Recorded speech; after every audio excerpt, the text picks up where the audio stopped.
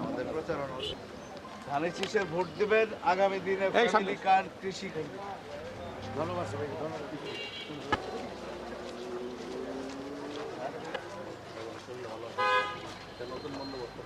যে যেখানে যে সমস্যাগুলো আছে আমরা সেগুলো চিহ্নিত করে অগ্রাধিকার ভিত্তিতে নিম্ন জীবনযাপন নিম্ন পর্যায়ে যারা জীবনযাপন করছে তাদেরকে কিছুটা হলেও উন্নত জীবনে ফিরিয়ে আনার জন্য আমরা অক্লান্ত পরিশ্রম করে যাবো ইনশাআল্লাহ।